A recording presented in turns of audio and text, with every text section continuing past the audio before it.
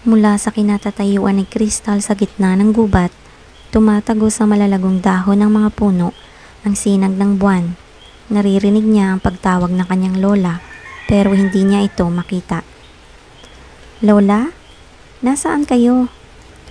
Naglakad si Crystal at hinanap si Lola Liwayway sa paligid pero katahimikan ang sumalubong sa kanya. Ang naririnig niya ay ang marahang tunog ng hangin, ang paghampas ng mga dahon at tunog ng mga kuliglig. Naroon ulit siya sa pamilyar na lugar sa ilalim ng mayabong na puno. Abangan mo ang paglabas ng tanda, apo.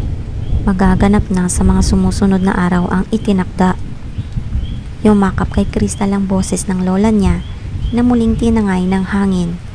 Pamilyar sa kanya ang mensahe dahil iyon ang huling sinabi nito bago namatay sa kanyang mga braso. Maya-maya nakita niya ang isang anino. Ilang metro ang layo sa kanya. Itim na itim ang mahabang coat nito at nakasaklob sa ulo ang hood. Bumilis ang tibok ng kanyang puso. Napaungol siya at napahawak ng mariin sa dibdib na parang may matalas na kutsilyong bumabaon doon at umuukit na kung ano. Maya-maya pa ay sumigaw na siya sa sakit. Napabalikwas si Crystal, pawisan at hinihingal. Hinagod-hagod niya ang dibdib na parang naninikip pa rin. Hindi iyon ang unang pagkakataon na napanaginipan niya ang eksenang iyon mula nang mamatay si Lola Liwayway. Noong 15 years old pa lang siya. Ilang beses na niya iyong napapanaginipan. Pero nang tumungtong siya ng 18, 3 araw na ang nakalilipas. Magkakasunod na gabi na niyang napapanaginipan na nasa lilim siya ng puno at may nakikitang itim na anino. Ang pagkakaiba lang, narinig na niya ang boses ng kanyang lola na naghatid ng mensahe tungkol sa tanda. Pumikit ng mariin si Crystal habang patuloy sa paghagod sa kanyang dibdib. Pakiramdam niya isang sumpa ang pinagdaraanan niya. Sumpa na naging apo siya ni Liwayway. Isang kilalang manghuhula na tinitingala ng ilan, kinatatakutan ng marami at isinumpa ng ilang mga taga-baryo maglinaw. Namana ni Crystal ang ilang weird abilities ni Lola Liwayway tulad ng pagkakaroon ng matalas na pakiramdam at isip. Nagagawa niyang basahin ang isip ng isang tao sa pamamagitan ng matamang pagtitig sa mga mata nito. Salamat sa mga taong tumanggap sa kanya nang mamatay ang lola niya. Nabubuhay siya ngayon at katulad ng mga kaedad niya kahit matagal na niyang alam na iba siya sa mga ito. Sumandal si Crystal sa gilid ng papag at huminga ng malalim. Kung sa bagay, may positibong dulot din ang pagiging apo ni Lola Liwayway. Ilag sa kanya ang mga karamihan sa mga kababaryo niya dahil iniisip ng mga ito na ipinamana sa kanya ng lola niya ang kapangyarihan nito.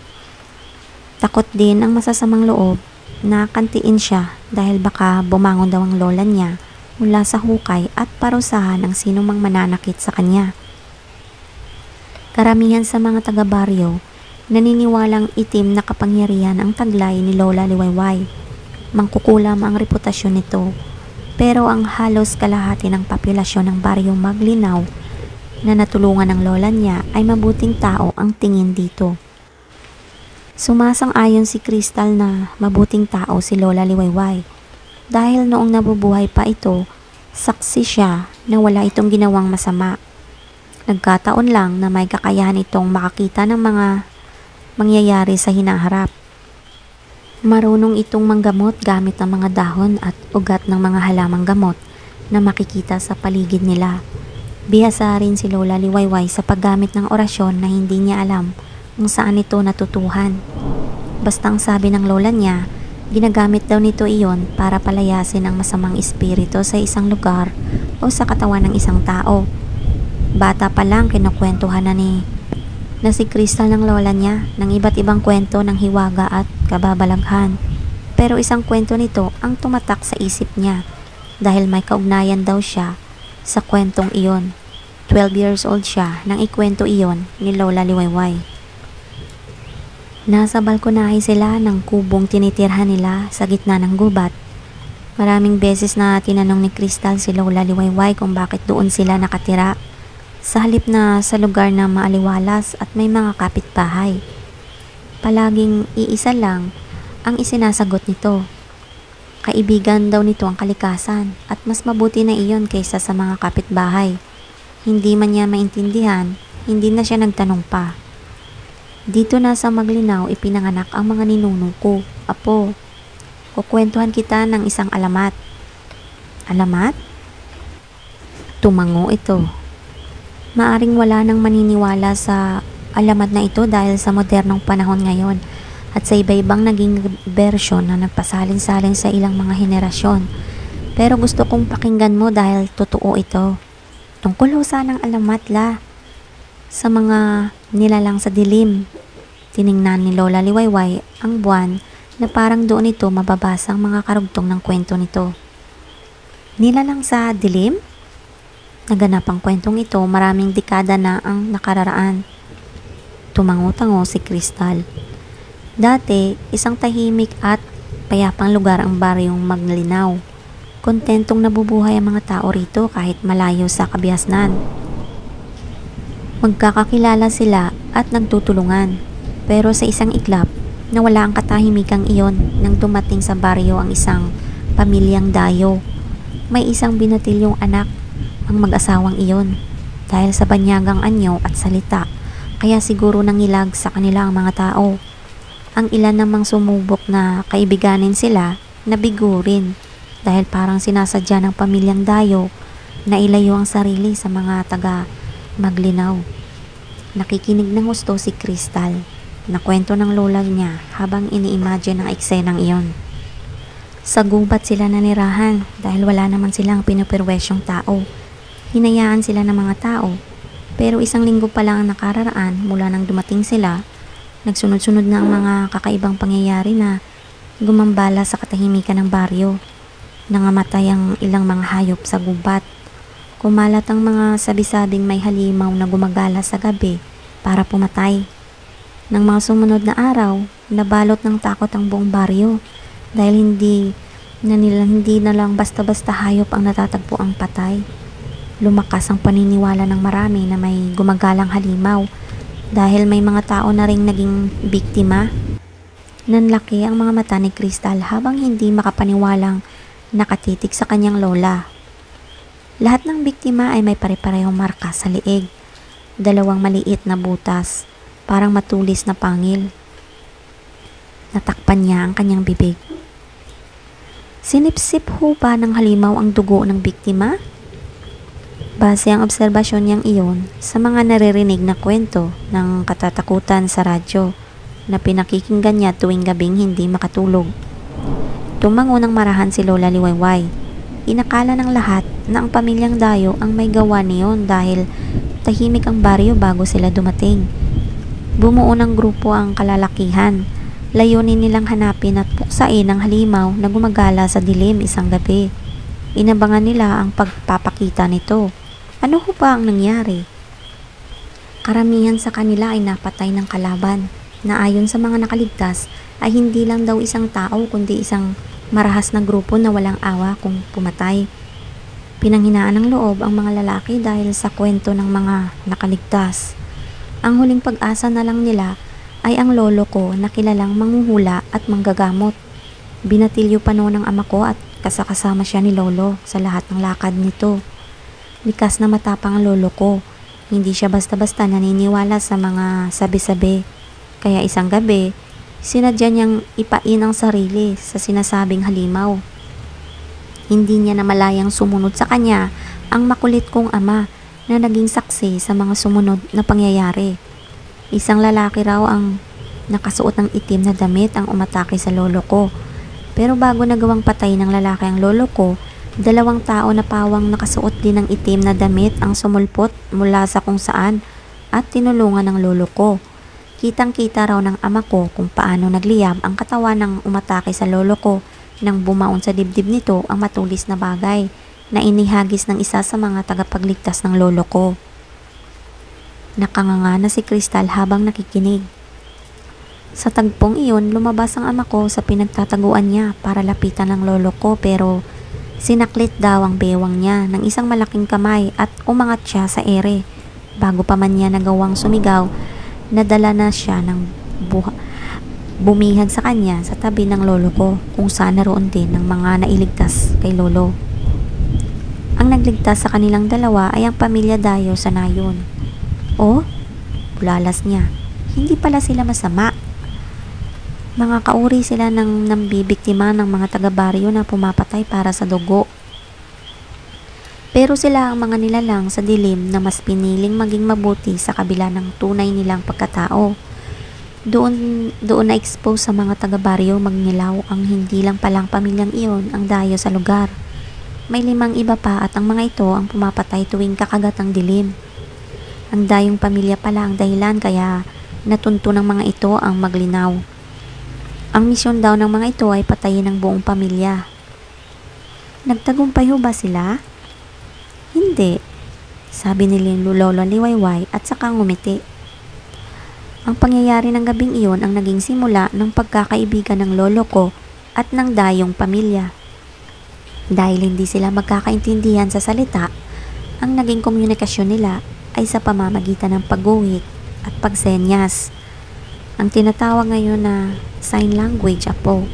Sa pamamagitan noon na iparating ng dayong pamilya ang mensahe sa lolo ko. Ang lolo ko naman, katulong ang ama ko, ay bumuo ng isang grupo na lalaban sa 5 salot sa baryo. Nabuhayan ng loob ang mga mamamayan nang malaman na may kahinaan din pala ang mga tinatawag nilang halimaw. At katulong pa nila ang mga dayong pamilya na nagtataglay rin ng lakas at kapangyarihan ng kalaban nilang grupo. Nanalo ho ba sila lolo sa sagupaan? Nakangiting tumango si Lola Liwayway. Nagtagumpay silang puksain ang kalaban, pero pagkatapos noon, nagpaalam na rin ang dayong pamilya. Hindi raw matatahimik ang baryo hanggang naroroon sila, dahil hindi lang daw ang 5 iyon ang huling kalaban ng mga ito. Marami pa raw iba. Tama nga sila, natahimik na ang baryo mula nang mawala sila. Saan ho kaya sila pumunta? Parang hindi narinig ni Lola Liwayway ang tanong niya. Nagpatuloy ito sa pagkukwento. Ayon sa ama ko, dahil sa pangyayaring iyon, ginusto ng lolo ko na manirahan sa gitna ng gubat. Inaral daw nilang mag-ama ang mga itinuro sa kanila ng dayong pamilya tungkol sa kikipaglaban sa mga tulad nito. Mula noon, naging tahanan na nila ang gubat, kaya hindi ka na dapat magtaka, apo, kung bakit narito rin tayo. Kabilin-bilinan sa akin noon ng ama ko na huwag kong iiwan ang gubat dahil pwede raw bumalik ang dayong pamilya sa Maglinaw at hanapin ang mga kapamilya ni lolo. Naniwala ako na may babalik na dayo rito dahil nakita ko yon sa aking pangitain. Namilog ang mga mata ni Kristal. Nagbalik ho sila? Oo, apo. Mahigit 10 taon na ang nakalilipas nang dumating dito ang inaasahan kong bisita. Isang binata na may dalang batang mahigit 1 taong gulang pa lang. Wala siyang ibang pangalang binanggit kundi ang pangalan ng lolo ko. Hinawakan ko ang kamay niya at nakita ko ang pinagdadaanan niya bago ako natagpuan. Sinadya niya ako para iwan sa akin ng bata. Napakurap-kurap si Kristal. Pilit niyang itinataboy ang namumuong hinala sa isip. Bago siya umalis, isinuot niya sa bata ang isang kwintas at iniwan ang isang pirasong papel na may nakasulat na mensaheng wala akong kakayahang basahin. Nawala na siya pagkatapos noon. Napasinghap si Kristal. Wala sa loob na kinapan niya ang lakit na pendant ng suot na kwintas. Pabilis din ang pabilis ang pintig ng kanyang puso. Sinadya ko ang taong nabanggit ni tatang na lapitan ko kung sakaling kailanganin ko ng tulong. Ang taong iyon ang naging maestro ko, ang nagturo at humasa sa kakayahang taglay ko, apo. Ibinigay ko sa kanya ang papel na galing sa lalaking nagbigay sa akin ng bata. Malawak din ang kaalaman niya at iba't ibang salita kaya nailapat niya sa lingwahe natin ang mensaheng nakasulat sa papel. Ano ho ang mensahe? Batang pinili, ang kahulugan ng liwanag. Sa pagdating ng tagapagpangalaga niya, lalabas ang tanda. Nakatitig lang si Kristal sa lola niya.